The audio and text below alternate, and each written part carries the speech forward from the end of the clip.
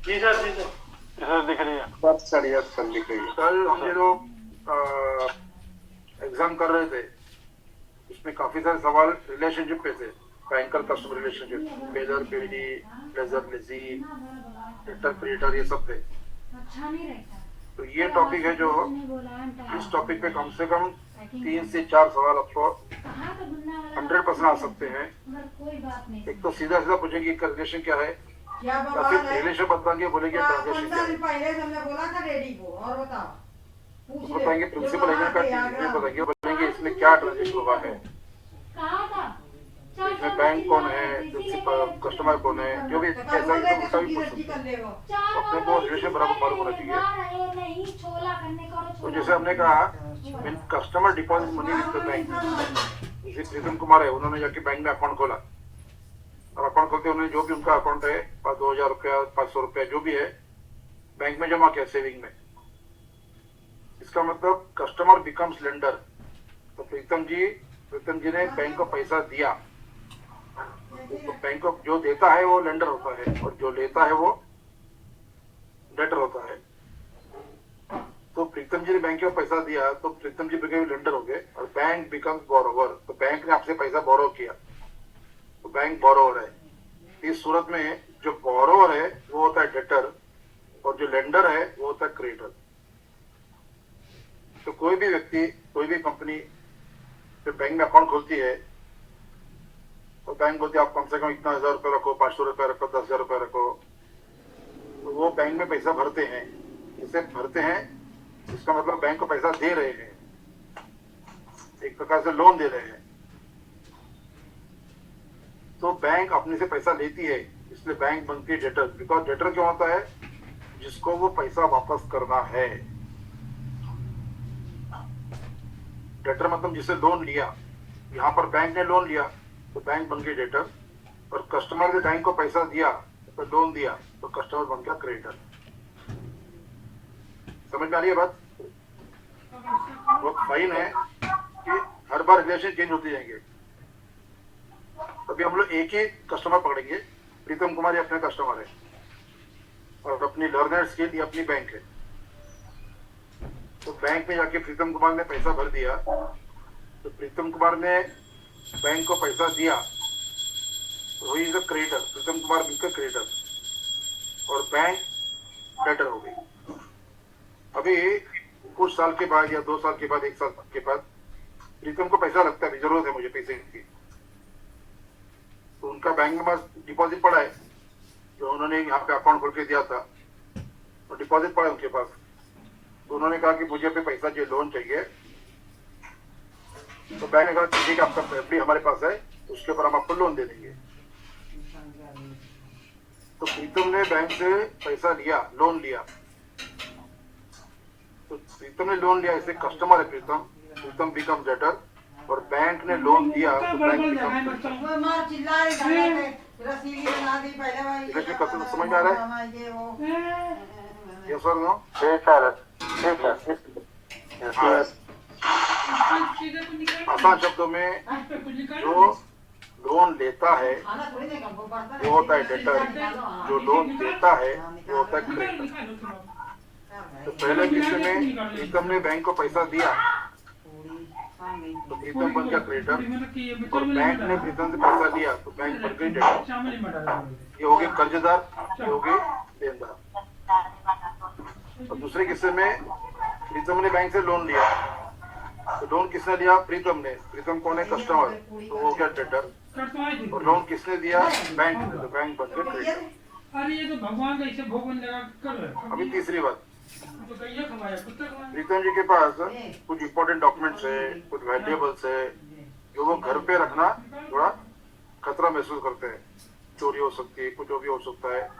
तो बैंक को बोलते हैं ये मेरी चीजें, डॉक्यूमेंट्स है, तो आपके पास सेफ कस्टडी में रखो, आपको पास सुरक्षित रखो, बैठी कपड़ा ही पगार दे वो। आपके पास उनकी कस्टडी में, वार्ड में सुरक्षित रहेगा वो, क्योंकि बैंक के पास स्ट्रॉन्ग रूम रहता है। तो कस्टमर ने, मतलब प्रीतम ने बैंक को वो चीज उसके पास सुरक्षित रखने को दी, तो प्रीतम मतलब जो कस्टमर है वो बनता है बेलर, और जिसने वो अपने पास चीजें सुरक्षित रखी है वो होता है बेली। ऐसा करो bank is a bailee and Pritam is a bailor. या तो अभी हम लेके मार रहे फिर अभी दोनों लेके बेल्स द गुड, बेल मतलब देना, दोनों बेल्स द गुड पता है तुम नहीं तुम्हें मिली। And who takes the goods on bail तुम कैसे इज कर ए दो बेली। अरे वहीं जाके बांट देते। तो अभी बोला पता नहीं सुन हाँ रिपीट करता हूँ, हाँ बोलता हूँ। पैकिंग पर बने ही पाएगी। तो अपने केस में क्या है, Pritam is a customer and learner skill is a bank. छोटे वाले कितना ले ले खीर के ना Okay. उनका खीर are you with me? Yes, sir. Okay. तो प्रीतम जी ने क्या कहा कि उनके पास कुछ गोल्ड है, इसके उनको लोन चाहिए, या फिर उनके डॉक्यूमेंट्स है जो घर में रखना सुरक्षित नहीं है, बॉन्ड्स है। तो वो क्या बोलते हैं बैंक के पास, सर ये मेरे पास रिकॉर्ड डॉक्यूमेंट्स है, कुछ बॉन्ड्स है, तो घर में रहना मेरा सिक्योरिटी नहीं है, आपके पास हो सेफ कस्टडी में रखो। Safe custody, not in locker. Safe custody में तो उनका वॉल्ट होता है, बैंक का वॉल्ट होता है, स्ट्रॉन्ग रूम। तो स्ट्रॉन्ग रूम में all the goods are safe. इसको ठीक है तो वहाँ पे उन्होंने रखने को किया है। कोई चीज एक मिनट होल्ड ऑन, मैडम का फोन आ रहा है मुझे।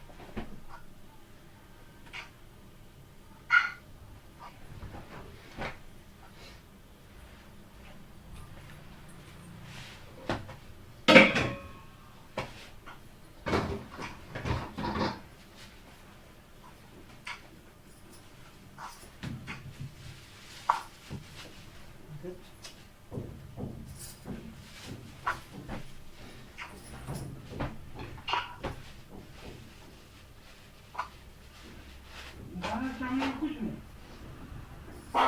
जब तुमने कहा दाल तो है ही नहीं, हम दाल कहाँ से लगा, अदरक थोड़ी लगा देंगे, जरा सी पड़ी जाएगी, और अदरक लगाई भी नहीं जाती। अब जो है सो चुपचाप रहो।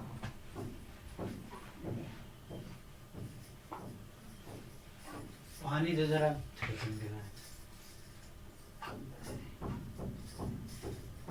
पानी दे दो।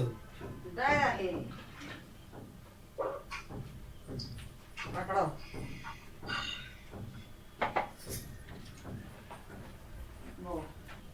रवि डैडी देखो, ये बाल्टी में सब्जी डालो, चेक। हाँ ये बाल्टी में सब्जी आ जाएगी, बाकी मिल जाएगी, बाल्टी में आ जाएगी।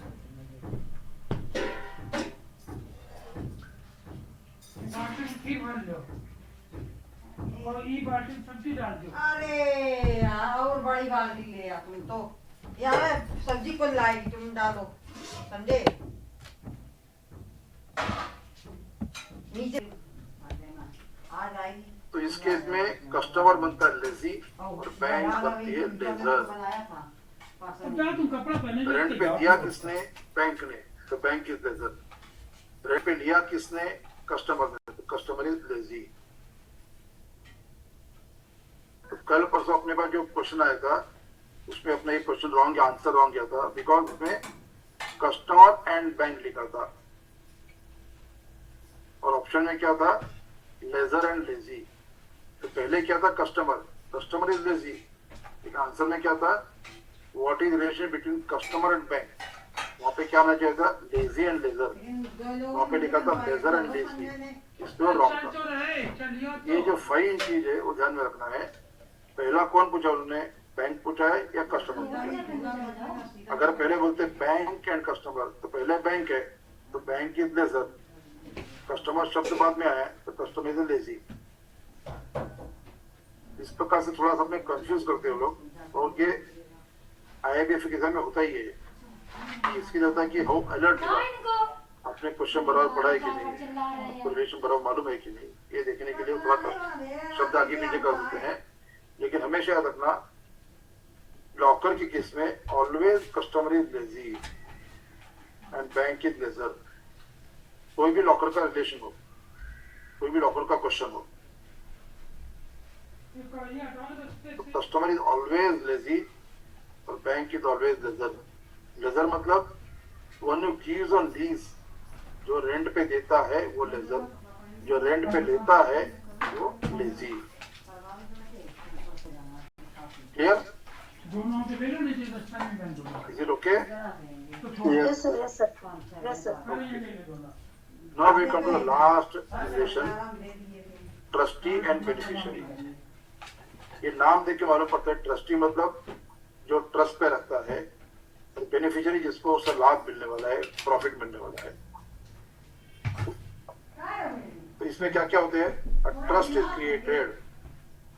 तो ये गिलास ट्रस्ट मतलब पानी का विश्वास, है। हाँ, और यहाँ पे ट्रस्ट मतलब विश्वस्त। उससे कहा कोई बॉडी, कोई ऑर्गेनाइजेशन, ट्रस्ट यही करो। Created appoint the bank as a trustee. वहाँ पे बैंक को हम लोग ट्रस्टी बनाते हैं, पहला। दूसरा, money deposited, instruction not given. पैसा तो बैंक में भर दिया है, लेकिन क्या करना है इसका? क्या पाउच वाले पानी कितने कितने के? लॉकर करंट एडजस्ट करना है, पर आते तो एक ही आध रुपया के, लेकिन मैं बैंक में तो भरना है, ये कहाँ मिलते हैं? या किसी को पैसा भेजना है, या फिर अपने सेविंग अकाउंट में डालना है, ये देखो। ये इंस्ट्रक्शन नहीं है। सिर्फ बैंक में पैसा भर दिया है, अभी इंस्ट्रक्शन आना बाकी है। Instruction not given for the disposal. Second case.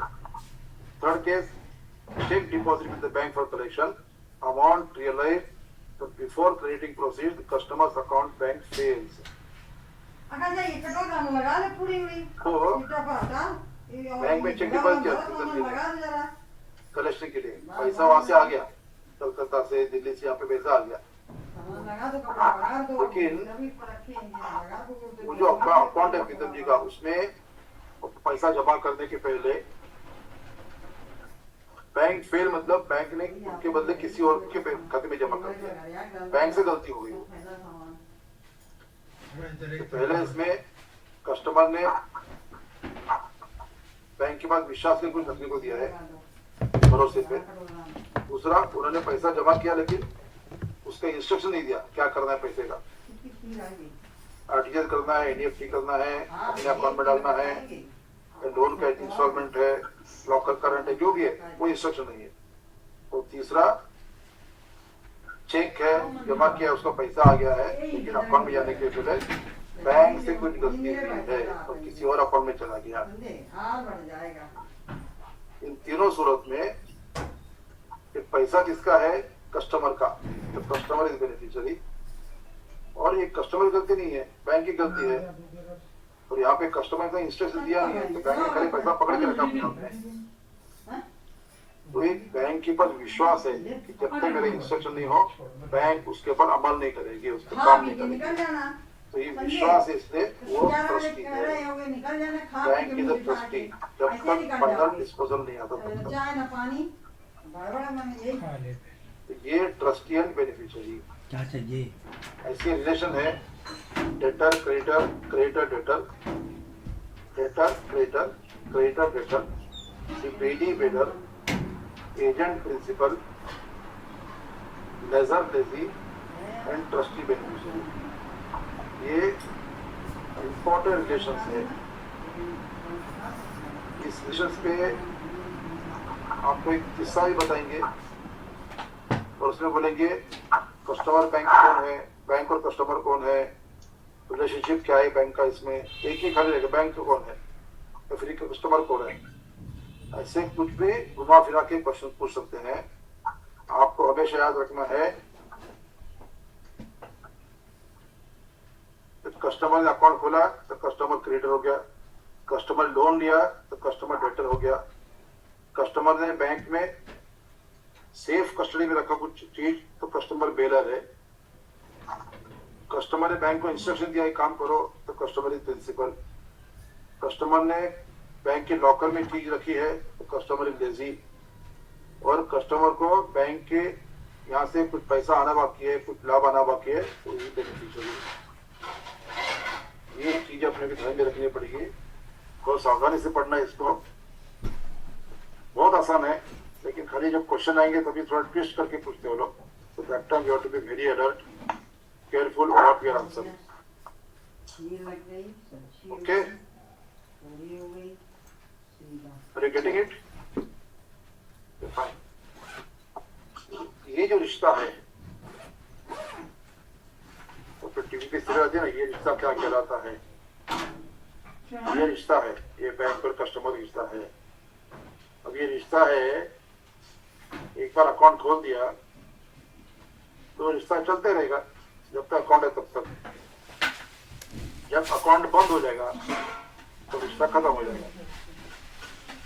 तो टर्मिनेशन ऑफ रिलेशनशिप, रिश्ता कब खत्म होता है? तो death, insolvency, lunacy of the customer. Customer की मृत्यु हो गई, कस्टमर दिवालिया हो गया, या कस्टमर लुनाटिक पागल हो गया। तो तीनों सूरत में ये रिलेशन खत्म होता है। दूसरा, customer closing the account, customer खुद आके बैंक का अकाउंट बंद करता है। कारण कुछ भी हो, उसने किसी और बैंक में अकाउंट खोल दिया, उसके ट्रांसफर हो गया और किसी स्टेट में रहने गया, किसी और दूसरे गांव में रहने गया, या बैंक के सर्विस से संतुष्ट नहीं है इसलिए उसने खाता बंद कर दिया, या फिर उसका जो भी लोन था, लोन उसने रीपे कर दिया, पूरा लोन वापस कर दिया, अभी उसका कुछ भी पेंडिंग नहीं है, तो अकाउंट बंद कर दिया। कोई भी सूरत में वॉलंटरी टर्मिनेशन, कस्टमर खुद लेटर लिख के देता है कि मुझे खाता बंद करना है, तो रिश्ता खत्म हो जाता है। लिक्विडेशन ऑफ बैंक, बैंक के लिक्विडेट हो गई, बैंक का दिवाली तो निकल वही गया। खाली ले लेना, सबसे बढ़िया। तो फिर कल बोलते अभी बैंक काम नहीं करेगी, उनका लाइसेंस रद्द हो गया, बैंक दिवाल हो गई, तो इसमें रिलेशन खत्म हो जाता है। Closing account by the bank after giving notice, कभी कभी बैंक खुद अकाउंट को क्लोज करती है कि आपके खाते में ट्रांजैक्शन बराबर नहीं है, कुछ मनी लॉन्ड्रिंग केस हमको लग रहा है, पैसों की बहुत हेरा फेरी हो रही है, ऐसे कुछ बैंक को लगता है, डाउट आता है, तो रिस्क लेने की पहले बैंक बोलती है उसका अकाउंट ही बंद कर दो। और बैंक ने खुद अकाउंट बंद कर दिया, नोटिस देकर, पहला नोटिस आएगा करेगा आपको, तो वो रिश्ता खत्म हो जाता है। Last one, completion of contract of specific transaction, जैसे फिक्स्ड डिपॉजिट है, फिक्स्ड डिपॉजिट, रिकरेंट डिपॉजिट, ये एक ट्रांजैक्शन है, इसमें कस्टमर बैंक के पास 6 महीने के लिए, बुला रहे हैं, 7 दिन के लिए, 10 साल के लिए, 5 साल के लिए डिपॉजिट रखता है, और वो पूरा समय खत्म हो गया तो पैसा उसको वापस मिलता है। तो स्पेसिफिक ट्रांजैक्शन, 5 साल का डिपॉजिट है, 5 साल हो गया, पैसा ले लिया, खत्म। दूसरा, वो बोलते हैं मेरा आरटीजीएस करो, मेरा अकाउंट है इस अकाउंट का आरटीजीएस करो, स्पेसिफिक ट्रांजैक्शन आरटीजीएस का, एक बार ट्रांजैक्शन हो गया, पैसा चला गया, रिलेशन खत्म। लॉकर है, कुछ जुगाड़ कर रही है कि नहीं रही है? लॉकर में उन्होंने मुश्किल है।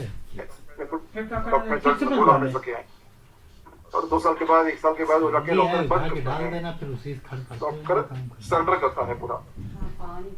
तो स्पेसिफिक ट्रांजैक्शन, लॉकर के लिए अकाउंट खुला था, अभी लॉकर का मेरा खत्म हो गया, ये लॉकर बंद कर रहा हूँ, मैं सरेंडर कर रहा हूँ, तो ट्रांजैक्शन खत्म हो गया, तो रिलेशन खत्म।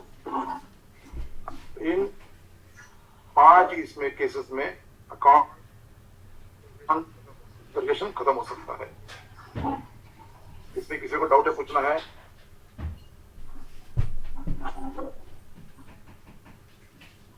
नहीं बड़ी? No sir, no sir. Relationship बारे में आप बोलिए प्रीति। सर क्लियर है, क्लियर है। क्लियर है ना? हाँ, ये चीज अपने को ध्यान में रखनी पड़ेगी। हम जब भी इसका के कुछ भी क्वेश्चन आएंगे, you have to be very careful कि हम क्या रिप्लाई दे रहे हैं, उसका क्या जवाब दे रहे हैं। एग्जैक्ट रिलेशन अपने को मालूम होना आवश्यक है। चलो बार बार हम रिपीट कर रहे हैं, 1 क्वेश्चन इज 1 मार्क। सब चलो एक सवाल का जवाब बराबर दिया 1 मार्क मिलता है, और एक मार्क अपने लिए बहुत इंपॉर्टेंट है। सर लाइट बंद है। Each mark is important. हमने कहा यहाँ पे बीच में कोई गुंजाइश नहीं है। गलत उत्तर हो गया 0 मार्क, बराबर उत्तर सही उत्तर हो गया तो 1 मार्क, मतलब 0% और 100%। There is no negative mark.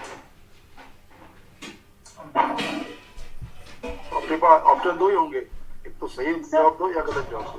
हाँ जी सर मेरा कहना है, जैसे अभी आपने पूरा इतना सब समझाया, बैंक कस्टमर रिलेशन और अकाउंट बंद होने के तरीके या कारण, तो मतलब जैसे लास्ट में आपने ये टॉपिक खत्म करने के बाद एक बार सबसे पूछ लिया तो सारी चीजें हमारी रिवाइज हो जाएंगी। अगर ऐसा पॉसिबल हो तो कर लीजिए सर, क्रॉस चेक भी हो जाएगा, रिवाइज भी हो जाएगा। तो वही तो पूछ रहा हूँ मैं, इनको सबको पूछ रहा हूँ कि समझ में आया क्या सबको। तो डाउट है तो पूछ लेना। अरे टॉप की बात पूछते ही है। ओके आपको भी कोई डाउट है तो आप पूछ सकते हैं मैडम। बस सर मुझे थोड़ा बेनिफिशियरी में लग रहा है। क्या नहीं लग रहा है?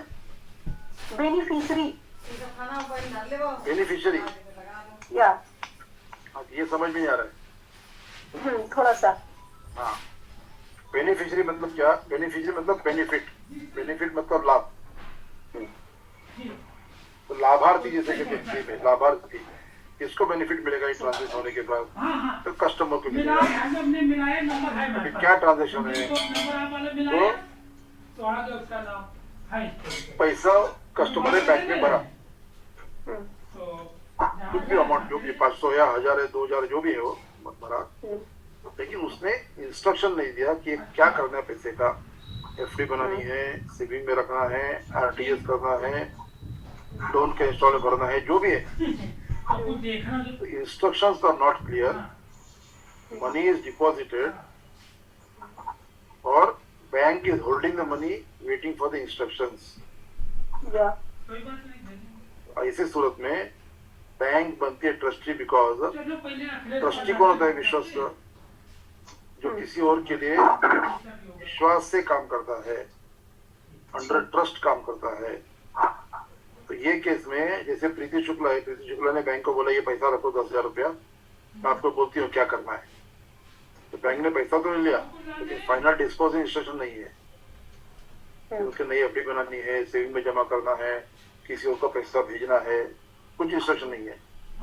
तो जब तक इंस्ट्रक्शन नहीं आए तब तक वो पैसा बैंक अपने पास सुरक्षित रखेगी। दैट इज बैंक के पर कस्टमर का विश्वास है। विश्वास का मैंने बोला है कि आप रखो तो पैसा, तो विश्वास है मतलब ट्रस्ट ही है बैंक। और इंस्ट्रक्शन हो गया पूरा, अगर किसी ने बोल दिया कि ये पैसा भी रितेश कुमार का आरटीएस कर दो, अभी इंस्ट्रक्शन आ गया, तो इसमें बेनिफिट किसको मिलेगा? प्रीति को मिलेगा। तो Preeti is a beneficiary. Similarly trust created appointing the bank as a trustee. एक कोई भी ट्रस्ट बनाया, उनका प्रीति का कोई है, प्रीति ट्रस्ट लिमिटेड है, जो भी है उसका नाम है। और जो बैंक के जो ट्रांजेक्शन होते हैं तो उसमें बैंक को एक ट्रस्टी बना जाए, क्योंकि सब कुछ काम बैंक के थ्रू होने वाला है। जो भी उनका ट्रांजेक्शन है, किसी कुछ स्कूल का काम है, कुछ गवर्नमेंट का कुछ स्कीम है उसका काम है, कोई भी XYZ, ये सारे ट्रांजेक्शन बैंक के थ्रू होंगे। तो वो लोग क्या करते हैं, बैंक को ही ट्रस्टी बना देते हैं। और फिर ये किसके लिए काम कर रहे हैं? तो कस्टमर के लिए। कस्टमर इज, ये काम करने के बाद किसका क्रेडिट होगा? तो कस्टमर का। तो ही इज द बेनिफिशियरी। और लास्ट में प्रीति ने कुछ बैंक में चेक दिए कि उनका कुछ बिजनेस है, उनको कुछ चेक मिला है, दिल्ली कलकत्ता चेक मिला है, तो सर ये चेक ले रहा है, तो मेरे लिए पैसा बताओ दिल्ली से। अभी पैसा तो आ गया, अमाउंट रियलाइज, लेकिन वो पैसा जो आया 10,000 25,000 जो भी आया, वो अकाउंट में जाने के पहले बैंक सेल्स, मतलब बैंक ने इंस्टेड ऑफ प्रीति उन्होंने अकाउंट क्रेडिट किया रितेश कुमार का या किसी और का अकाउंट क्रेडिट किया, तो प्रीति को उसका पैसा नहीं मिला। तो जब तक पैसा नहीं मिलेगा तब तक bank is a trustee, because with trust Preeti ने चेक डिपॉजिट किया था विश्वास से। अभी बैंक की गलती है तो पैसा मिलेगा किसको? प्रीति को। Preeti is a beneficiary and bank is a trustee. Okay sir, thank you. Clear है? Yes sir, thank you. आगे चले? श्योर हाँ सर। बोलो ना, बोलो। हाँ हाँ जरूर, आगे आगे अच्छा चलिए। ओके ओके, मुझे लगा आपको कुछ पूछना है। तो ये सब करते समय एक बहुत इंपॉर्टेंट चीज है which is called secrecy act. गोपनीयता की एक कायदा है गोपनीयता का,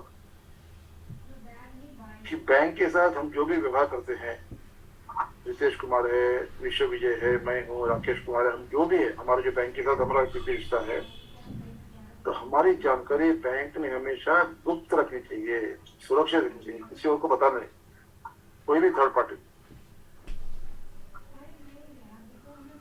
इसके लिए टेलीफोन बैंकिंग, जो फोन बैंकिंग सर्विस है बैंक की, जैसे मान लो रितेश कुमार ने उनके बैंक के अकाउंट से उन्होंने एक सर्विस दी टेलीफोन बैंकिंग। उन्होंने फोन किया कि मैं रितेश कुमार बोल रहा हूँ, बैंक को फोन किया और मुझे मेरे अकाउंट का बैलेंस चाहिए। तो बैंक सबसे पहले क्या बोलेंगे? सर आपका पूरा नाम बोलो, आपका डेट ऑफ बर्थ बोलो, आपका फोन नंबर कंफर्म करो और आपका जो पासकोड दिया है बैंक ने, सीक्रेट पासकोड, वो बताओ। ये क्यों पूछती है बैंक? क्योंकि इंक्वायरी, किसी का माइक चालू है क्या? राकेश कुमार जी, राकेश कुमार,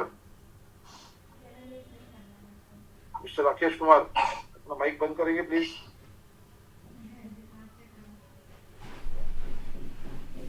आवाज नहीं आ रही है। मिस्टर राकेश कुमार, आपके ऑफिस में किधर है क्या? रितेश जी, राकेश कुमार आपके ऑफिस में किधर है क्या?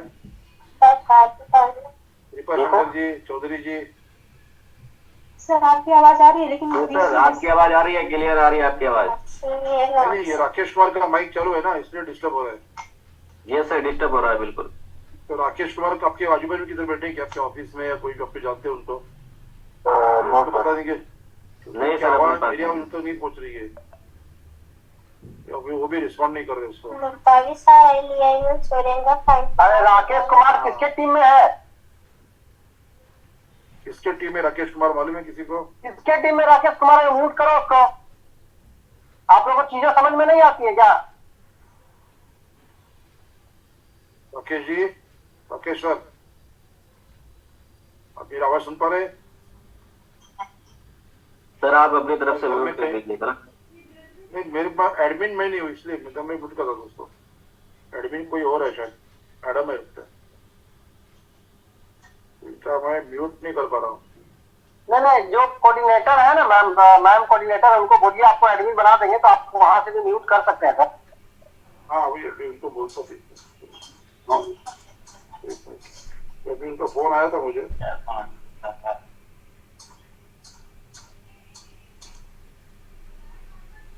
ये सब मैं बनाती हूँ आपको। हाँ मुझे बना दो, एडमिन बना दो प्लीज यार। यस सर, अभी करती हूँ।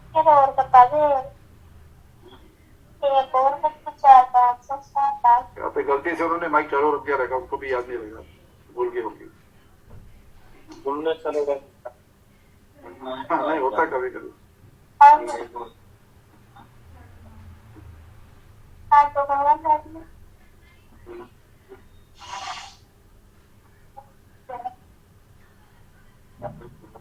हाँ कर दीजिए मैडम।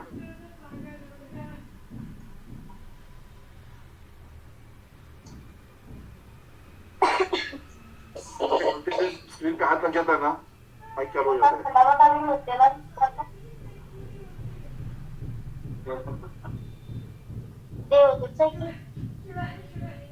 तब तो आगे जाएंगे, मैडम कर रही है भैया। तो ये अरे ये राकेश कुमार है किसकी टीम में? ये राकेश किसकी टीम में है? ये राकेश कुमार नहीं सर, मैं किसके टीम में? जान करके कहीं चले गए। अरे कोई तो जान रहा होगा राकेश कुमार को, उसको फोन कर ले। अरे चलो कोई बात नहीं, शांति रखो, मैम कर रहे हैं, कोऑर्डिनेटर बना रहे हैं सर को, कर देंगे। हाँ वही वही तो चल रहा है इसलिए, ठीक है। तो कोई भी फाइनेंशियल इंस्टीट्यूशन है, एनबीएफसी है, क्रेडिट कार्ड है, जो भी इंस्टीट्यूशन है, तो सीक्रेसी एक्ट सभी को लागू होता है कि उनके जो भी कस्टमर्स है उनकी जानकारी वो किसी को थर्ड पार्टी को ना दे।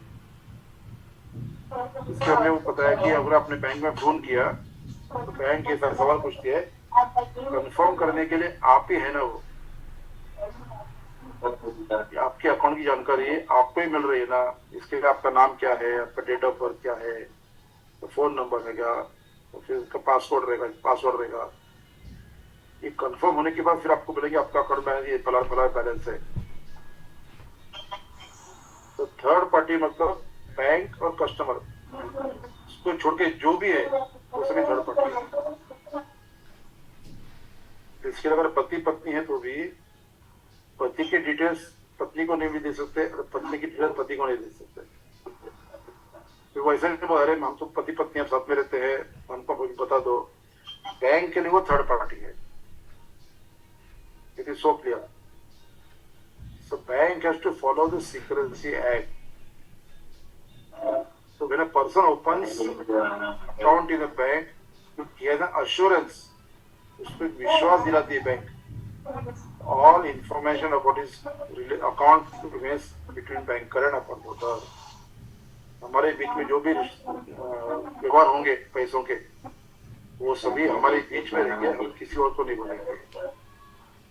ये एक उसको बैंक कस्टमर को अश्योरेंस देती है, विश्वास दिलाती है कि आप चिंता मत करो, हमारे जो भी व्यवहार होगा हमारे बीच में रहेगा, हम किसी और को नहीं बताएंगे। That is because secrecy act. Sir इसको म्यूट कराओ पहले। सर डिस्टर्ब हो रहा है सर। हाँ जी मैडम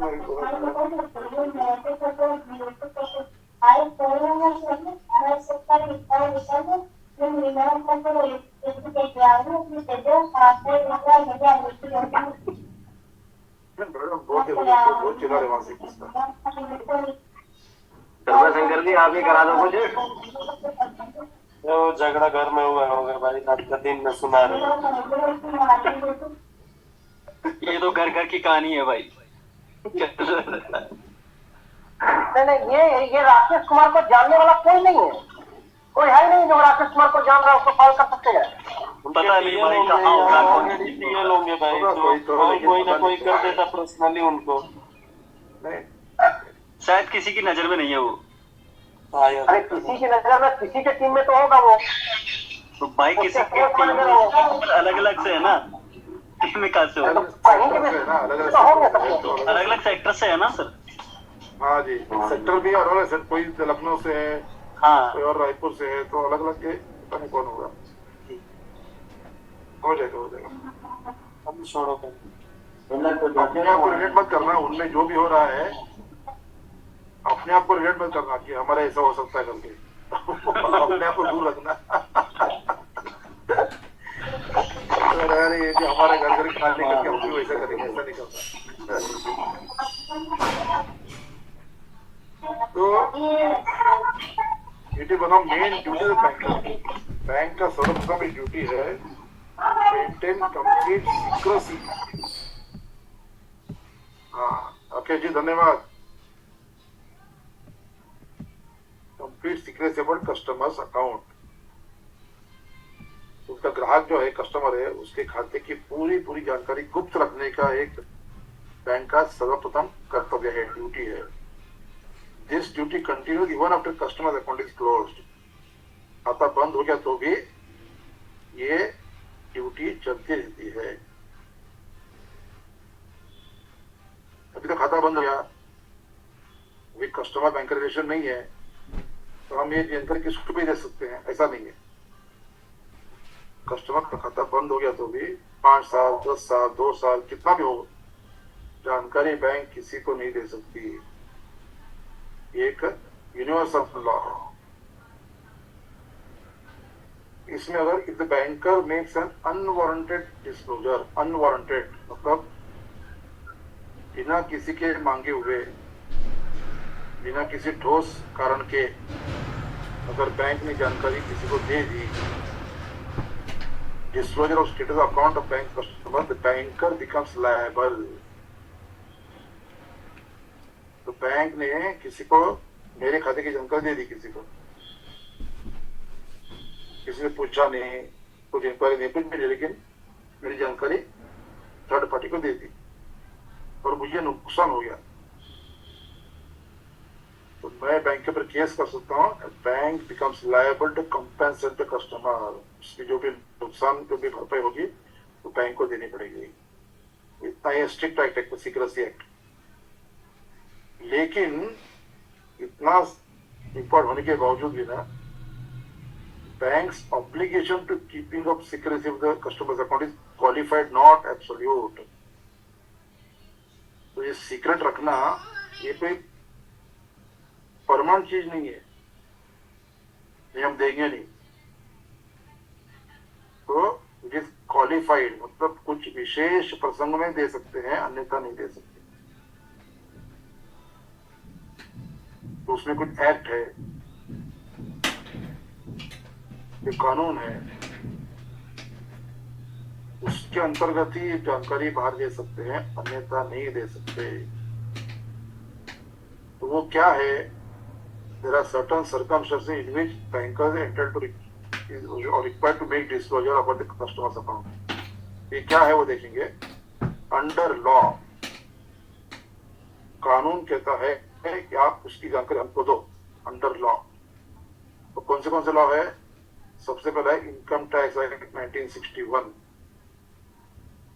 ये आप नहीं तो नोट कर लो, ये जो 4-5 है जो चीजें है 1 2 3 4 5 रहेगा, इसके ऊपर 100% आपको 4 से 5 सवाल आ सकते हैं, और very important topic. Income tax ने पूछा बैंक को, और वो भी सेक्शन 131, 133(6) और कोई भी सेक्शन नहीं। बहुत सेक्शन है, सेक्शन 1 से लेकर सेक्शन आगे बहुत है, लेकिन ये 2 सेक्शन स्पेसिफिक है, 131 एंड 133(6). इसमें अगर बैंक को नोटिस होती है फ्रॉम इनकम टैक्स, ये जो फलाना अकाउंट है, अकाउंट नंबर 2305 जो भी है, इसकी जानकारी हमको दो, तो वो बैंक का इनकम टैक्स को दे सकती है। तो इसमें बैंक को प्रोटेक्शन मिलता है। कस्टमर ने केस किया, मेरी जानकारी क्यों दी, तो बैंक को से देखो हमको लेटर आया था, ये इनकम टैक्स का गवर्नमेंट का लेटर है, और अंडर दिस सेक्शन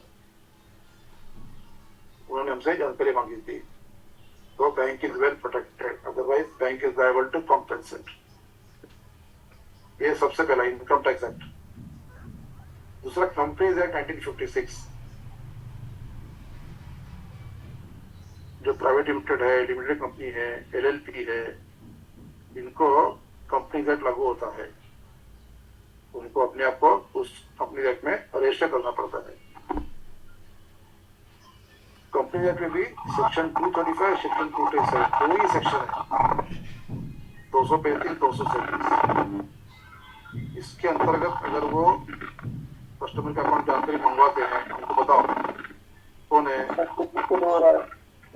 हाँ जी सर, आवाज तो क्लियर नहीं आ रही। मुझे नहीं आ रही है, एक माइक तो बड़ा कर देना। माइक खुला हुआ है सर, की आवाज तो क्लियर आ रही है, पर बर्तन खड़क रहे हैं कि दूसरी साइड। आज शुक्रवार का दिन है, कृपा मुस्लिम के है लोग आइए। तो किसी घर में कुछ चलता रहेगा, अभी क्या पता।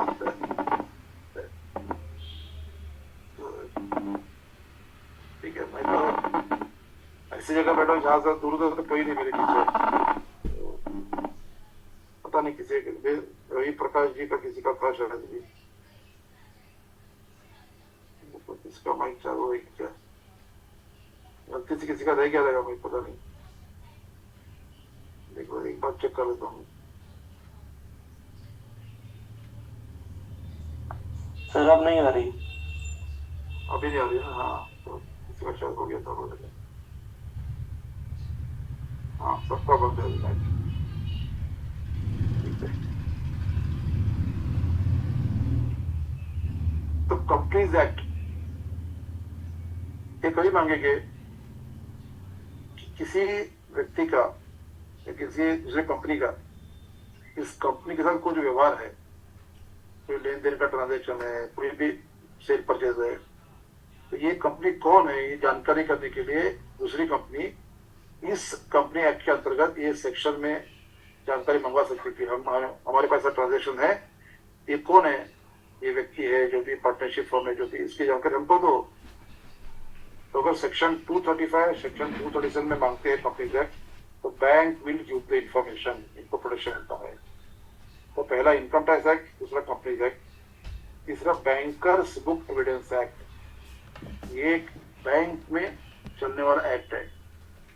ये कभी मान लो कुछ केस हो गया, कुछ इंक्वायरी आ गई, तो एविडेंस एक्ट है। एविडेंस मतलब क्या? प्रूफ, सबूत। तो बैंक के अंदर एक सबूत का एक्ट बना है, एविडेंस एक्ट 1898 बना है। उसमें सेक्शन 4 में प्रावधान है कि अकाउंट की जानकारी मंगवा सकते हैं कि फलाने अकाउंट में कुछ हमको गड़बड़ी लगती है, तो जानकारी दो, पैसे तो नहीं देंगे। तो under this act, under section 44 अगर मंगवाते हैं तो बैंक इज प्रोटेक्टेड। चौथा RBI act section 26। Reserve bank तो सभी बैंकों की बात है, लेकिन उसमें भी सेक्शन 26 में ही आरबीआई मंगवा सकती है। सेक्शन 1 से बाकी जो 25 है, 27 है, 28 है, उसमें नहीं, सेक्शन 26 के अंदर ही मांग सकते हैं। इतना प्रोटेक्शन है।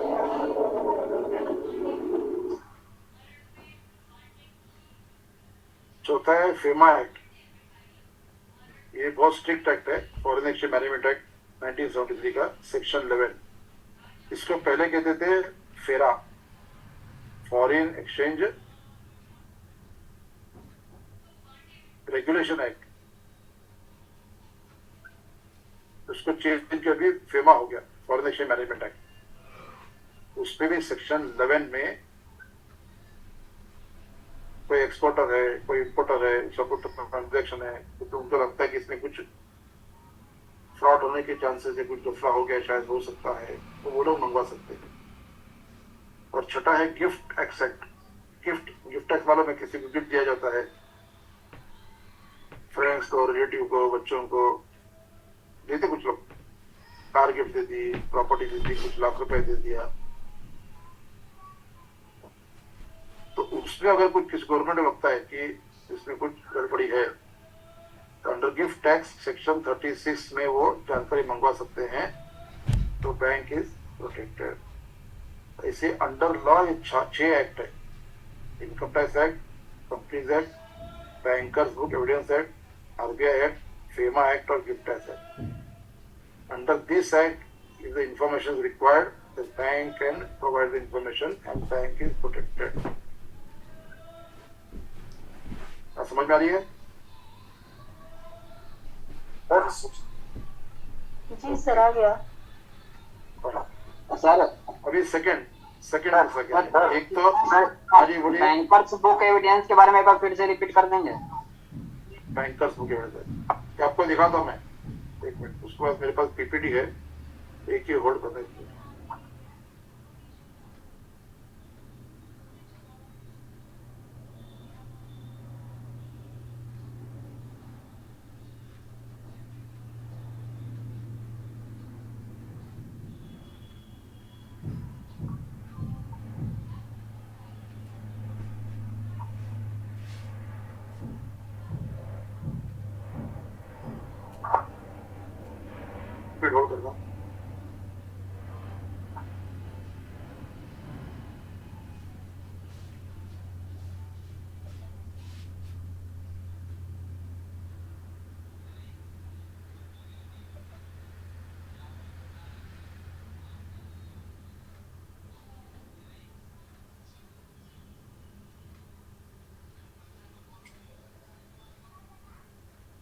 शेयर करता हूँ, एक सेकेंड आपको दिखाता हूँ मैं।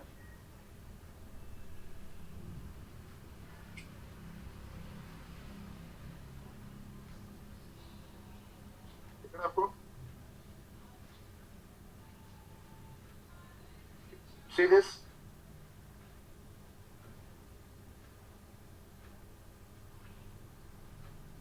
दिख रहा है? एक मिनट दिखाता हूँ जैसे। जो अपने लिए आवश्यक उतना दिखाता हूँ मैं। It is the bankers book evidence set and law of limitations, ये सब पूरा नाम है इसका, जिसमें ये देखो, bankers keep the accounts and its various details for meeting various pleasures when a claim on the bank needs to be established or proved in the court. तो कोर्ट में अगर एस्टेब्लिश करना है, कुछ केस हुआ है, बैंक के against हुआ है, बैंक ने केस किया है, कोर्ट ने मांगा है, तो प्रूफ दिखाना है। तो प्रूफ दिखाने के लिए बैंक को अधिकार चाहिए, तो to be produce in court, ये जो एक्ट है ये उनको कर देता है। As difficult to do so and give account statement instead, value is the act was enacted, क्योंकि पुराने जमाने में बड़े बड़े लेजर्स थे, आजकल तो अकाउंट कंप्यूटर पे स्टेटमेंट आ जाता है, आप जो भी बोलते हो PDF है, वर्ड फाइल है, जो भी हो टेक्स्ट फाइल मिल जाता है। उस समय तो बड़े बड़े बुक्स थे, इतने बड़े बड़े हेवी बुक्स थे, 5-5, 6 किलो, 3-3 किलो के एक लेजर था। ये कोर्ट में प्रोड्यूस करने के लिए स्पेशल परमिशन देता था, इसलिए वो एक्ट बनाया गया। 1890 में बनाया। Object of the bill was to apply to India the provisions of English bankers book evidence act under which copies of entry, देखो हितेश जी, हितेश कुमार आप देख रहे हैं ना? हाँ सर। हाँ, तो ये कॉपीज ऑफ बुक्स, जो भी लेजर है बैंक का, कस्टमर का जो भी अकाउंट है उसकी कॉपी जो भी है, copies entries in bankers book made receivable, ये कॉपी निकालने का भी परमिशन चाहिए। तो उसके लिए बैंक को ये बैंकर्स को एविडेंस में उसको प्रोटेक्शन मिलता है। सिग्निफिकेंट क्या है? Evidence is a real guideline for any banking institution. ये जो एविडेंस है, प्रूफ है, जो कॉपी है लेजर की, स्टेटमेंट है उसका निकालते हैं, ये है, it is a real guideline, ये जो एक्चुअल फैक्ट है, ये इसके आधार पर वो बैंक में कोर्ट में प्रूव कर सकते हैं कि ये उसका अकाउंट है, ये ट्रांजेक्शन हुआ था इस दिन पे, जो भी फ्रॉड हुआ है, जो भी बताने के लिए वो ledger is the proof. Any discrepancy the records will amount to violation of the act. इसमें अगर कोई डिस्क्रिपेंसी है कि कोर्ट के पास एक अमाउंट आया है और बैंक के बुक में और कुछ अमाउंट है, अमाउंट मैच नहीं हो रहा है, डेट मैच नहीं हो रहा है, तो ये वायलेशन है। बैंक हैज टू रिप्लाई कि इतना डिफरेंस क्यों है। In India, the act has a strong impact on banking institutions. They are bound by the act. Act India में बहुत फोर्सफुल लागू किया जाता है। कभी होता है रिकॉर्ड्स इन लिटिगेशन, जब कोर्ट में मामला चल रहा है, इसको तो बहुत महत्व जाता है। इसके लिए bankers book evidence act is a must. Important जो उत्तर बता रहा हूँ मैं, क्योंकि एक्ट बहुत बड़ा है, सभी अपने लिए लागू नहीं है, ये अमेंडमेंट है, ये कोई जरूरत नहीं अपने को, ये भी जरूरत नहीं है। ये देखो जो मैंने बताया ना, अकॉर्डिंग टू बैंक, ये भी क्या लिखा है, 12 जुलाई को 10,000 रुपया, लेकिन कोर्ट के पास कोई अलग ही फिगर है, ये डिस्प्यूट है, इसमें बैंक हैज टू प्रूव ये जो है ये सही है।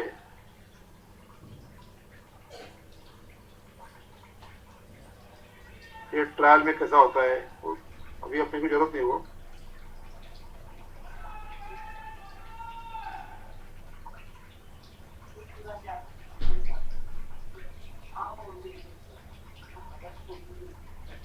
मीनिंग इसका बैंक जो अपने को रजिस्ट्रेशन है, ये क्या है?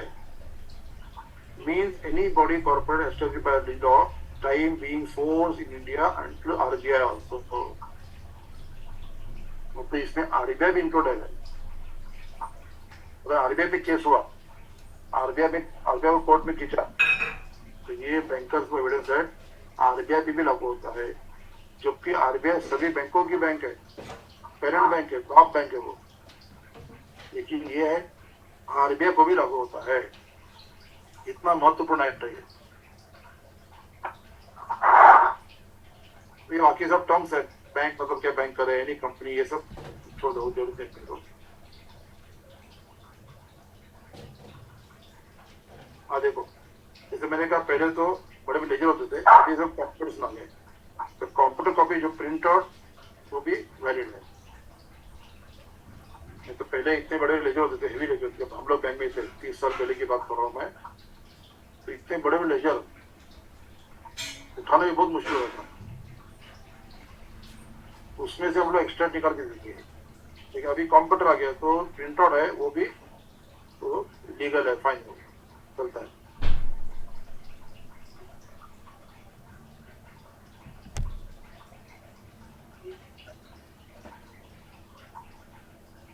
तो अलग केसेस है।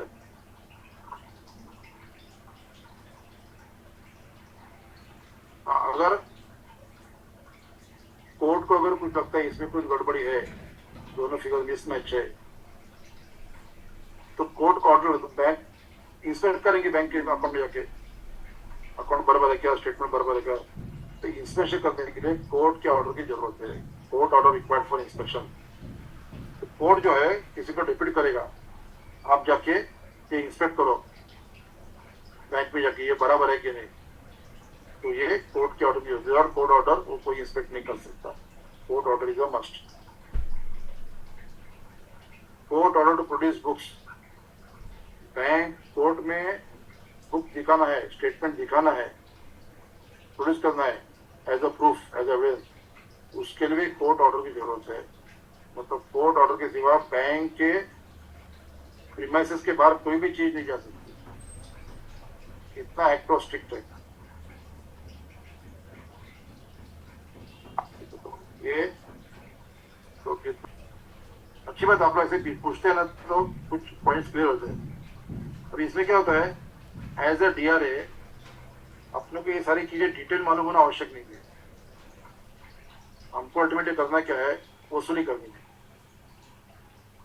लेकिन वसूली करते समय कुछ चीजें जो है, अगर कस्टमर ने कुछ इंक्वायरी की, कुछ डिस्प्यूट किया उसने, तो माना नहीं, ऐसा नहीं वैसा नहीं, कुछ बोल दिया, तो अपने को कुछ मालूम होना चाहिए क्या है ये, किसके अंडर बैंक को प्रोटेक्शन मिलता है, बिकॉज हम लोग बैंक को रिप्रेजेंट करने वाले हैं, हम बैंक के प्रतिनिधि हैं, ये लॉ के अंदर बैंक को प्रोटेक्शन मिलता है, ये अपने को मालूम होना चाहिए। इसके लिए खाली मेन आपने पूछा, अच्छा हो गया, तो कुछ एडिशनल जानकारी नहीं थी, लेकिन वो बहुत बड़ा एक्ट है, जैसे आरबीआई एक्ट है, आरबीआई एक्ट तो बहुत बड़ा वॉल्यूम है,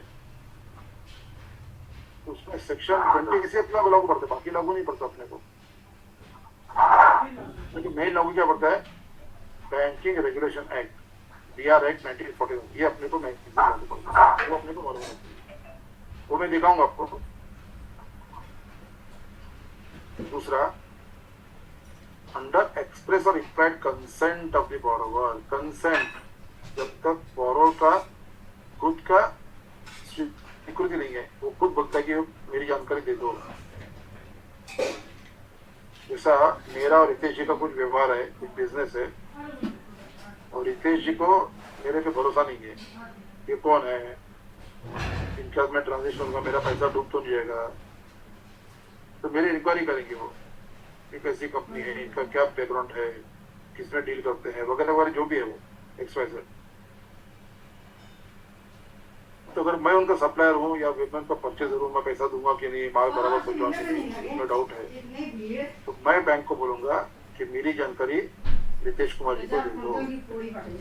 When account is opened with the bank, there is implied contract between customer and the bank, not disclose account information। ये तो सिंपल है, मेरी जानकारी किसको नहीं देना, ये बैंक का पहला कर्तव्य है। If our customer permits, customer खुद बैंक को बोलता है, the information can be disclosed, customer को राइटिंग में देता है कि मेरी जानकारी ये कंपनी को, ये मिस्टर रितेश कुमार दे दो, तो वो बैंक के पास रिकॉर्ड है कि कस्टमर लेटर लिखा है, ऑन दैट रिकॉर्ड बैंक को इन्फॉर्मेशन सकती है। For example, customer permit give information about his account to protect prospective guarantor और customer।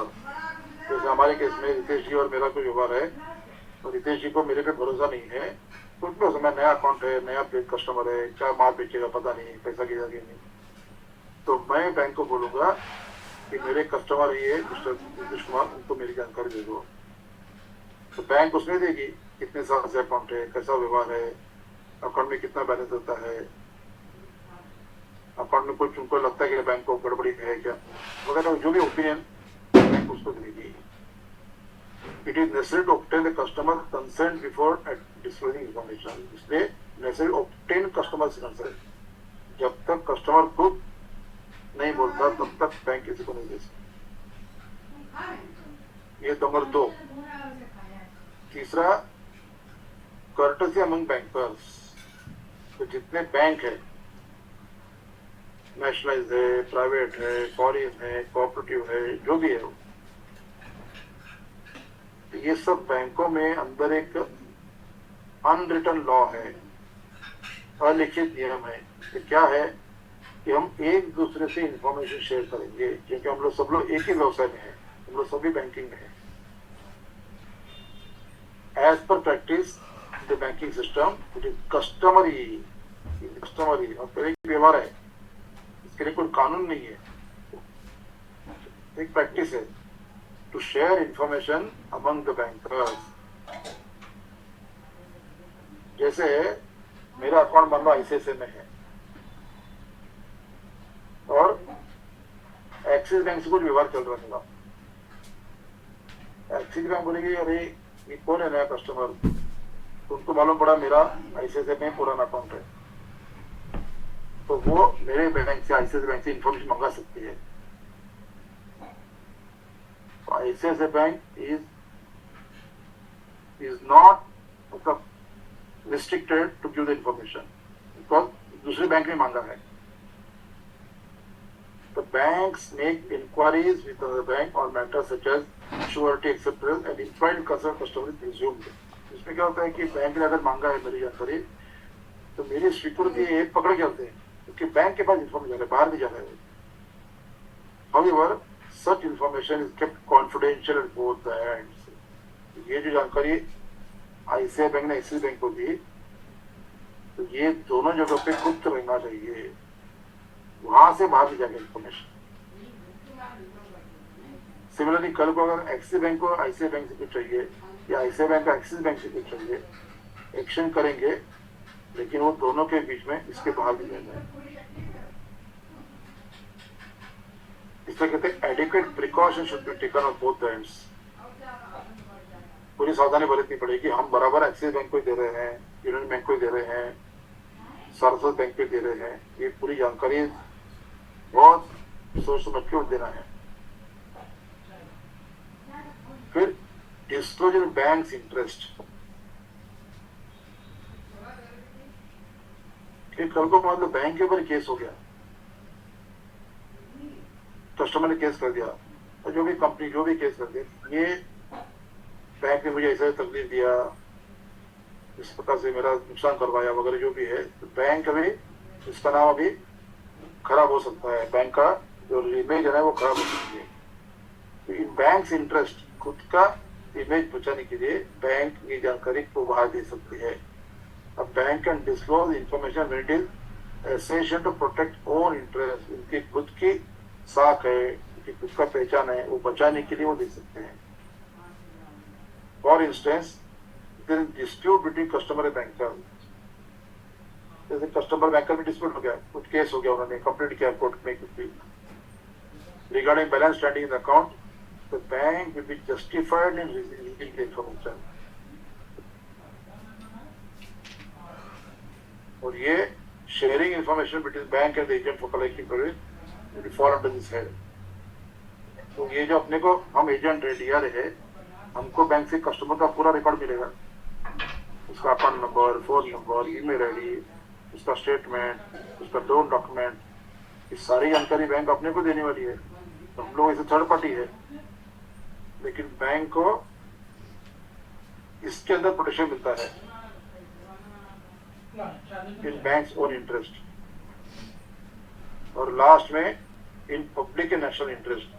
अगर किसी खाते में कुछ टेररिज्म एक्टिविटी चल रहा है, टेररिज्म फंडिंग चल रहा है, एंटी मनी लॉन्ड्रिंग चल रहा है, कुछ पैसों की हेराफेरी हो रही है, ऐसे बैंक को लगता है, तो ऐसी सूरत में जो भी गवर्नमेंट डिपार्टमेंट है उनको बैंक जानकारी दे सकती है। नहीं तो क्या होगा, मेरे खाते में कोई गड़बड़ी हुई है उससे आम जनता को तकलीफ हो सकती है, पब्लिक को तकलीफ हो सकती है, देश को धोखा हो सकता है।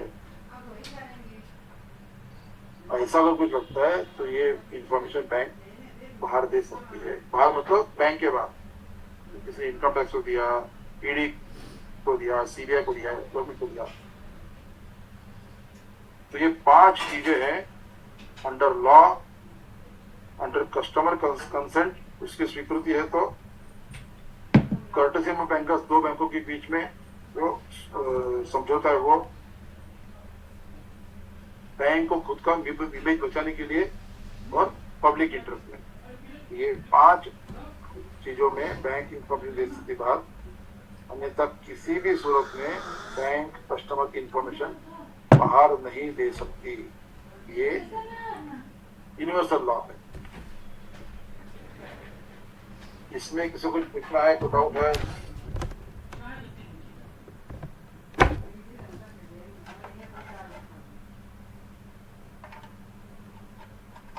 तो पूछ सकते हैं।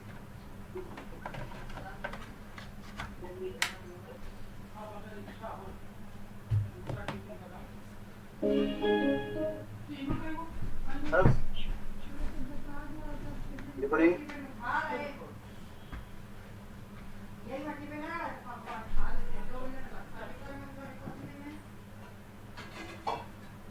सीक्रेसी एक्ट के बारे में किसी को पूछना है, अभी जो हमने चर्चा की, you are free to raise your query.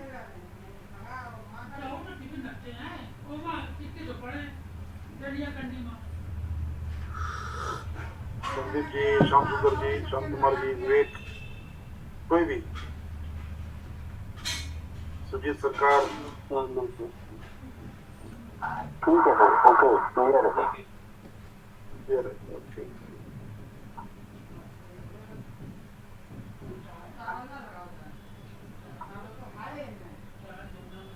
तो यहाँ तक हम आए, अकाउंट खुला, एलआईसी खुला हो गया, एक रिश्ता बन गया बैंक कस्टमर का। रिश्ता बनने के बाद अपना व्यवहार शुरू हो गया, बैंक के साथ में ट्रांजैक्शन शुरू हो गया, पेमेंट है, डिपॉजिट है, चेक है, और जो भी है। तो कस्टमर भी अभी एकदम आश्वस्त हो गया कि मेरी इंफॉर्मेशन बैंक की बाहर देगी नहीं, मेरा भाई सब सीक्रेट रहेगा। इसका अगला पायदान है जो एक्चुअली ट्रांजैक्शन है, उसमें एक मेन है पेमेंट, पेमेंट सेटलमेंट्स। किसी को पेमेंट करना है, कुछ ट्रांजैक्शन का सेटलमेंट करना है, कुछ फंड रेमिटेंस करना है, इसके अलग अलग पहलू है, कुछ चीजें हैं कि किसके माध्यम से हम कर सकते हैं।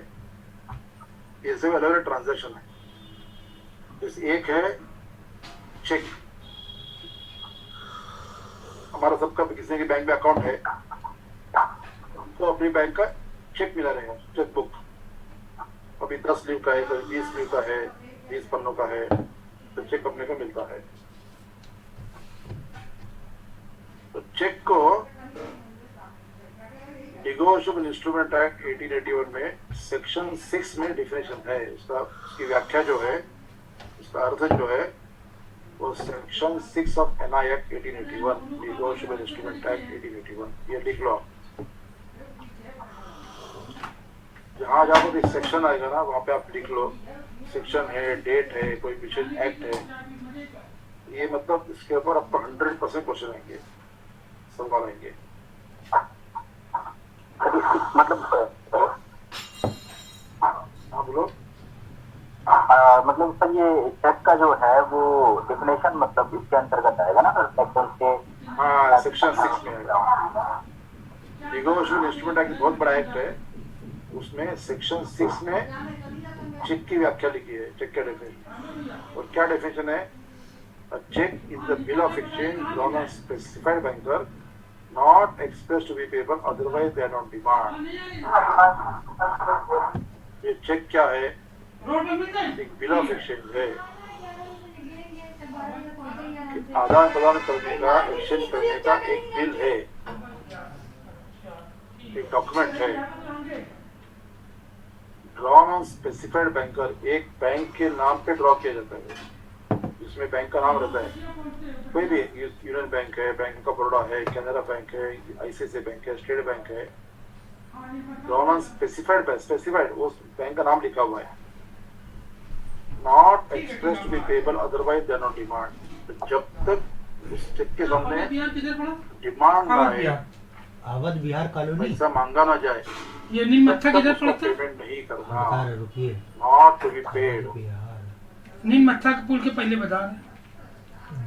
जैसे मैंने कृपा शंकर को चेक दिया, जानते हैं वो कल साइड गए थे, ये पुल की तरफ है तो पड़ता नीमत्था। कृपा शंकर को मैंने ऊपर लिख के दिया, कृपा शंकर अमाउंट जो भी है XYZ है सही करके दे दिया। अभी एक्ट क्या बोलता है?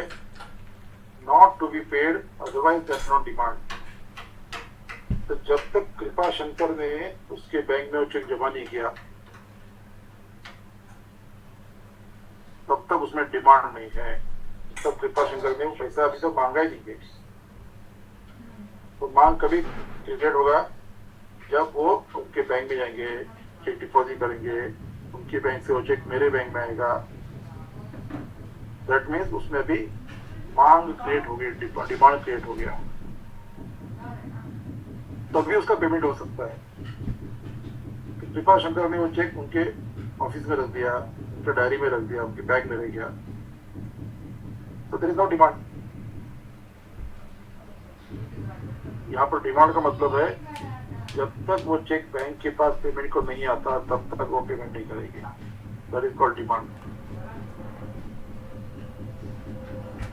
और आगे includes electronic image of truncate cheque and cheque in electronic form. आजकल CTS सभी बैंकों में आ गया है। CTS के आगे देखेंगे हम लोग, लेकिन CTS छोड़ के बताता हूँ मैं शॉर्ट में कि आजकल चेक फिजिकल नहीं आता, उसकी इमेज जाती है, उसका फोटो जाता है, स्कैन फोटो। और scan photo itself is CTS, cheque truncation. वो क्या इसका मतलब? चेक का डिमांड आ गया। तो CTS का एक अलग टॉपिक है, वो देखेंगे। तो इसमें ये जो चेक प्रणाली है, चेक की सिस्टम है, एक्सक्लूसिव टू बैंकिंग सिस्टम, सिर्फ बैंकिंग में ही है, बैंक के बाहर किसी के पास नहीं है। वो कोई कंपनी, ना इनकम टैक्स, ना गवर्नमेंट ऑफ इंडिया, ना CBI, कोई भी ये चेक का इस्तेमाल नहीं कर सकता। चेक इशू करने के लिए बैंक ही चाहिए। चेक हमेशा बैंक का होता है, ना किसी को। तो जो भी बैंक है,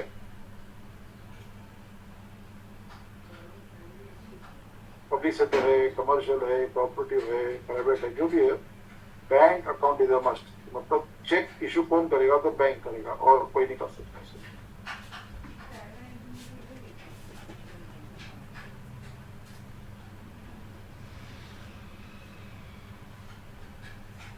तो इस चेक में 3 पार्टी होती है। वो स्लो जा रहा हूँ क्योंकि हर एक अभी सेंटेंस यहाँ पे इंपॉर्टेंट है। एक तो है ड्रॉवर, उसे कहते हैं ड्रॉवर। वो कौन होता है?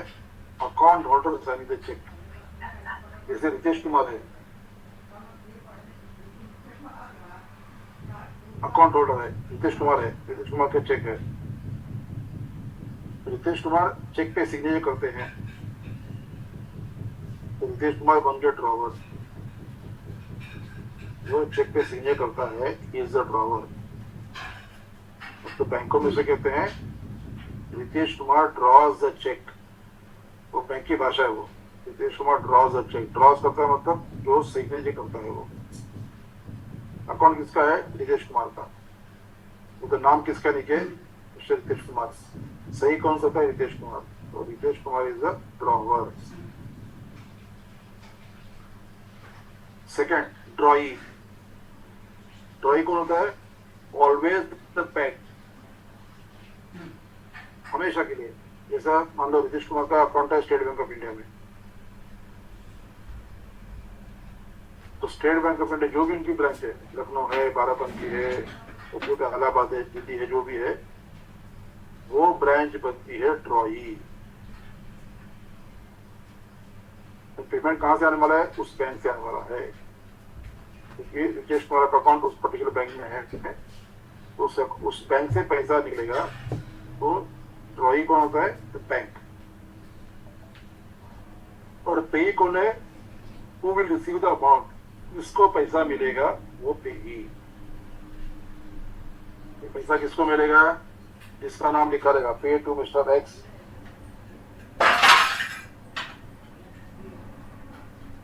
जो मिस्टर एक्स है वो होता है पेई। आई बात समझ में? जी सर, जी सर। ड्रॉवर कौन होता है? Drawer, drawer. सर पे जिसको पेमेंट मिलेगा। हाँ, पे जिसको पेमेंट मिलेगा। जैसे मैंने लिख दिया pay to miss Preeti Shukla, payment किसको मिलेगा? कोई भी हो सकता है। हाँ, वही एग्जाम्पल दे रहा हूँ मैं। मैंने लिखा पे टू एबीसी एंटरप्राइज या रिलायंस इंडस्ट्री लिमिटेड, मैंने लिख दिया, तो कंपनी का नाम लिखा। या फिर लिखा पे टू इनकम, पे टू लिखा एयरटेल जो भी फोन का नंबर है, MTNL लिखा पे टू MTNL, महानगर टेलीफोन निगम लिमिटेड। तो वो हो गया पे। ऐसा किसको जाएगा? MTNL हो जाएगा। हाँ बोलो संदीप। सर जैसे सेल्स चेक के केस में सर और पे तो एक ही व्यक्ति हो जाएगा सेल्स चेक में। सर सेल्फ चेक के केस में ड्रॉवर और पे जो लिखा है ना वही पर समझ। सेल्फ चेक में जो ड्रॉवर है वही पे होता है। मैंने बैंक में किया, मैं सीधे के ऊपर लिखा सेल्फ, तो मतलब पैसा मुझे मिलने वाला है। मैं ही ड्रॉवर हूँ और मैं ही पे हूँ, बराबर है।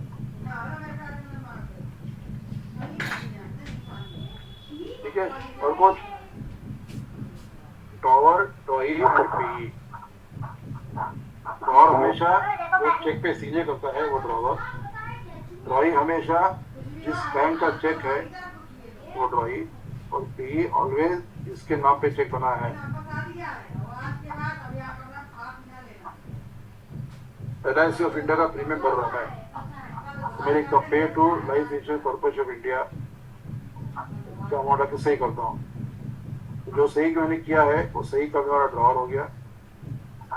जिस बैंक का चेकबुक है, Bank of Baroda, state bank, Saraswat bank, जो भी बैंक है, वो थी ड्रॉई। और ऊपर किसका लिखा मैंने? पे टू महानगर टेलीफोन निगम लिमिटेड, MTNL, तो वो होता है पेई। क्लियर है? Yes sir. Yes sir. Yes sir. Okay. अभी नेक्स्ट आता है ड्राफ्ट। आजकल डिमांड ड्राफ्ट बहुत अभी कम हो गए हैं, जब से RTGS, NEFT, IMPS, online banking ये सब आ गया है, तो धीरे धीरे ड्राफ्ट अभी पे ऑर्डर कम हो गए हैं। लेकिन फिर भी कुछ इंस्टीट्यूट है, गवर्नमेंट है, अगर मान लो कोर्ट का कुछ केस चल रहा है, कोर्ट ने निर्णय दे दिया तो आपको ड्राफ्ट ही देना पड़ता है, तो ड्राफ्ट ही मांगते हैं। तो ड्राफ्ट बहुत से सब जगह से निकल गया, लेकिन कुछ जगह पर ड्राफ्ट मांगते हैं, तो सब लोग RTGS से पेमेंट करते हैं। खत्म करना है का? ड्राफ्ट क्या होता है? हाँ जी सर किसी एग्जाम के उसमें भी मतलब मांगते हैं ना, तो फॉर्म फिल वगैरह करते हैं, DD रिक्वायरमेंट। हाँ वही ना, काफी यूनिवर्सिटी मांगती है, कोई बड़ी गवर्नमेंट इंस्टीट्यूट ड्राफ्ट से पेमेंट करो। अभी क्योंकि ऑनलाइन का सेगमेंट थोड़ा सा तेजी से है तो ऑनलाइन पेमेंट हो जाएगा, वो डीडी रिक्वायर्ड है। बिल्कुल सही। तो ड्राफ्ट क्या होता है, ये भी एक चेक है, हाँ डिमांड ड्राफ्ट चेक जैसा रहता है, उसमें सेम फील्ड है सब कुछ, पे टू बॉक्स में सब रहता है, और यहाँ पे लिखा है ऑन डिमांड। वो क्या है, issued by one bank against fund deposit into the account. ये बैंक का खुद का पैसा नहीं है। जैसे चेक में देता हूँ किसी को, तो चेक मेरे अकाउंट से चेक है और पैसा मेरा है, इसलिए मैंने चेक दिया है। ड्राफ्ट में क्या होता है, यहाँ पे मेरा चेक नहीं चलेगा, वहाँ पे मेरा डिमांड अकाउंट है, तो मैं बैंक को बोलूंगा मिस्टर सोहनसो को 10,000 भेज दो, उसका फॉर्म आएगा, फॉर्म भर के दूंगा। तो बैंक क्या करेगी, issued against fund deposit to account, जो फंड्स मैंने मेरे खाते में भरे हैं उसी खाते में से पैसा निकालेगी और ड्राफ्ट इशू करेगी। अगेंस्ट फंड्स डिपॉजिटेड, जो खाते में मेरे पैसे हैं उसी पैसों से वो ड्राफ्ट बनेगा, इसलिए बैंक का पैसा नहीं है, वो कस्टमर का पैसा है। Authorising second bank to make payment to the individual name, तो वहां पर लिखा मैंने पे टू मिस्टर मुकेश यादव। तो बैंक क्या करेगी, मेरे खाते से पैसा निकालेगी, ऊपर लिखेगी पे टू मुकेश यादव, खुद नीचे सही करेगी। ये मेरी नहीं है, ये बैंक के, मेरे ब्रांच के जो भी, लेकिन पैसा मेरा। चेक में पैसा भी मेरा है और सिग्नेचर मेरी, दोनों मेरे ही है। डिमांड ड्राफ्ट में पैसा मेरा है लेकिन सिग्नेचर बैंक की है, तो डिमांड ड्राफ्ट।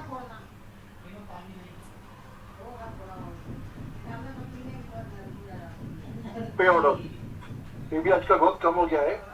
कि डिमांड ड्राफ्ट की और एक खासियत है, ये सिटी के बाहर भी चलता है। मुंबई से कोई व्यक्ति है वो ड्राफ्ट बना सकता है लखनऊ पे, चेन्नई का व्यक्ति है वो ड्राफ्ट बना सकता है दिल्ली पे, पंजाब पे, हरियाणा पे। लेकिन पे ऑर्डर जो है, banker cheque paper at the same central branch,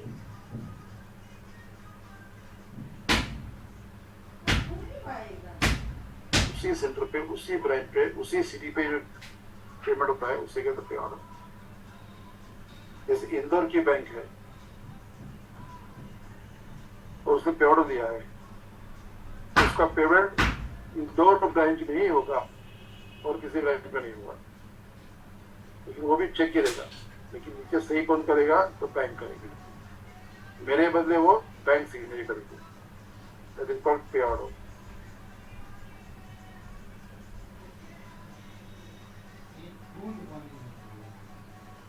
इसकी कुछ खासियत है, जो भी चेक ड्राफ्ट पे ऑर्डर है उसकी कुछ खासियत है। वो क्या है, it should be in writing, और वो भी पेन में, पेंसिल से नहीं। डॉक्टर पे है वो क्या कहते हैं, हाइलाइटर है, पेंसिल है, उससे नहीं, तो नॉर्मल पेन से लिखना आवश्यक है, इन पेन। ड्रॉ सिग्नेचर, जो व्यक्ति वो चेक बना रहा है उसकी सिग्नेचर आवश्यक है।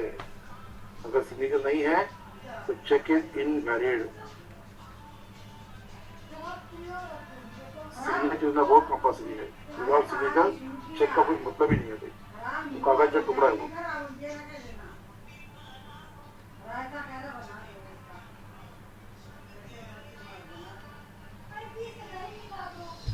Second, it should have been signed in ink.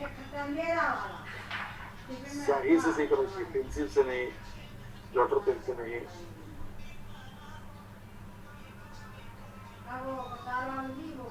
By the account holder, जिसका अकाउंट है उसी का सिग्नेचर। यहाँ पे हमने कल एक देखा था, कल परसों देखा था, एक पावर ऑफ अटर्नी देखा था, तो पावर ऑफ अटॉर्नी क्या होता है, मैं किसी को पावर देता हूँ, मेरा अधिकार देता हूँ कि आप इतना इतना मेरा व्यवहार करो, मेरा ट्रांजेक्शन करो। तो अगर मैंने अमाउंट दिया है, ये mister power of attorney holder है, तो 1 लाख तक पावर है, तो ट्रांजेक्शन कर सकते हैं, तो वो नीचे सही करेगा, नहीं तो नहीं कर सकता। तो सिग्नेचर कंपल्सरी है। डेट ऑफ चेक ये भी इम्पोर्टेंट है।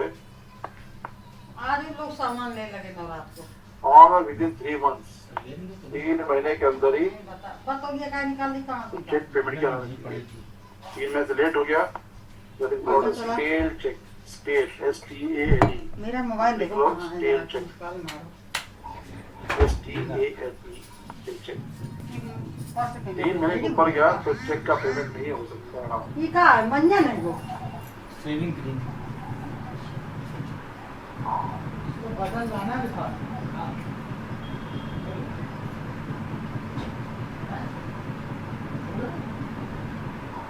कोई भी चेक, कोई भी ड्राफ्ट, कोई भी पे ऑर्डर, कोई भी बिल, और ये कपड़ा सब बगा देती तुम बगा more दो than 3 months, और ये तो काम दे बस सूजन मशीन के लचड़े हैं उसको रीवैलिडेट करना पड़ता है। हाँ तब डेट को कैंसिल करके वहाँ पे ड्रॉ का सिग्नेचर प्रकार की जगह लगा दो वही से पेमेंट में आ सकता है, नहीं तो वो चेक पेमेंट में नहीं आ सकता। इनवैलिड चेक 3 महीने तक कोई भी चेक की वैधता रहती है, वैलिडिटी रहती है। फिर अमाउंट ऑफ चेक, चेक पे 2 जगह अमाउंट लिखते हैं हम लोग, एक तो अंकों में, एक शब्दों में, एक फिगर्स में, एक वर्ड्स में। ये दोनों मैच होने चाहिए। अगर वहाँ पे लिखा ₹10,000 ओनली, वर्ड में लिखा है, तो बॉक्स में भी 10,000 लिखना चाहिए, 10,000। दोनों जगह सेम आनी चाहिए। उधर लिखा 10,590, 10,519, तो नीचे लिखना चाहिए ₹10,590 ओनली। और उसमें कुछ मिसमैच है, वहाँ पे बक्से में लिखा है 10,000, नीचे लिखा आज क्या है तारीख है रबिया? 1,000 ओनली। 13 में क्या लिखा है 10,000। पुरानी ये मिस्टेक है, पेमेंट नहीं हो पाएगा। इसके लिए वो लिखना बहुत दोनों सेम आवश्यक है। चश्मा लगा दीजिए। फिर क्रॉसिंग है, चेक को क्रॉस किया जाता है। क्रॉस मतलब एक सुरक्षितता है, सेफ्टी है, सिक्योरिटी है कि वो पैसा उस चीज के खाते में जाएगा, किसी और के खाते में नहीं जाएगा। जैसे मैंने चेक बनाया संतोष महाराणा के नाम पे टू मिस्टर संतोष राणा ₹100 और सीधे दिया।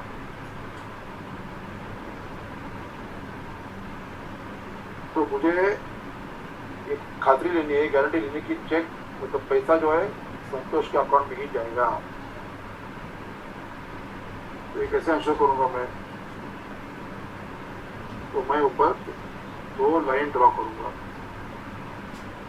चेक के ऊपर 2 ट्रांसवर्स लाइन।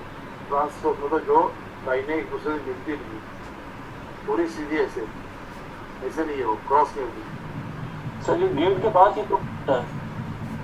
हाँ जी, गेट के पास ही तो किया जाता है सर। ये कहाँ पे किया जाता है? चेक के बीच में किनारे किया जाता है ना सर। जो लाइन होती है 2 जो आप बता रहे हैं कि वो सर कहाँ पे किया जाता है? हाँ क्रॉसिंग ना जी जी, गेट के बगल में ही किया जाता है ना? ना कहीं भी हो सकता है क्रॉसिंग पे, चेक के फेस पे। चेक का जो फेस है तो पहला पन्ना है, वहाँ पर कहीं भी हो सकता है वो, ऑन द फेस। 7 फीट कितना हो गया? यहाँ पर नाम लिखा है मिस्टर मुकेश यादव, उसके ऊपर भी क्रॉस हो सकता है, नीचे हो सकता है, 7 फीट गेट के बाजू में हो सकता है, कहीं भी हो सकता है। 2 लाइन उधर जाना था, ट्रांसवर्स मतलब जो लाइनें क्रॉस नहीं होती हैं, वही समझ सीधी में। चलती हैं, समांतर इतना चलती लंबा हैं। आदमी होगा कहीं देखा होगा। हाँ वो उसमें क्या लिखा है वो फायदा नहीं होता। नॉट निगोशिएबल लिखा है, अकाउंट पे लिखा है, वो लिखा ना लिखो, सिर्फ वो लाइन बनाई मतलब यूजर क्रॉसिंग। अगर क्रॉसिंग है तो जिसको मैंने चेक किया है उसको अपने बैंक में ही जमा करना पड़ेगा। ये कंपल्सरी, मतलब मेरे लिए गारंटी है वो चेक उसके बराबर आपको के खाते में जाता है। एक सिक्योरिटी है, ये जनरल क्रॉसिंग है। दूसरा है स्पेशल क्रॉसिंग। इसमें क्या होता है, जैसे ये क्रॉसिंग बनना सामने उसमें दिखा रहेगा नॉट निगोशिएबल, अकाउंट पे लिखा रहेगा। तो इसमें तो लाइन जो है वो लाइन डालने की जरूरत नहीं है, सिर्फ वहां पे लिखता लाइन जगह पे State Bank of India, Union Bank of India, Axis Bank Limited, ICICI Bank Limited, खाली बैंक का नाम लिख दिया। Name of banker across the face of cheque with और विदाउट पैरेलल, मतलब लाइन ही लगे लेकिन यहाँ पे लिखकर state to State Bank of India वो इतना लिख दिया। वो होता है स्पेशल क्रॉसिंग, मतलब वो स्टेट बैंक ऑफ इंडिया में ही पेमेंट होगा, आईसीआईसीआई बैंक में पेमेंट होगा, bank of Baroda, bank of Maharashtra का अकाउंट में ही पेमेंट होगा। ये स्पेशल है, वो स्पेशल क्रॉसिंग। और बाद में एंडोर्समेंट। तो 11 बज गए, 10 मिनट का ब्रेक लेंगे, वापस आएंगे, ठीक है? किसी ने लॉग आउट मत करना। ओके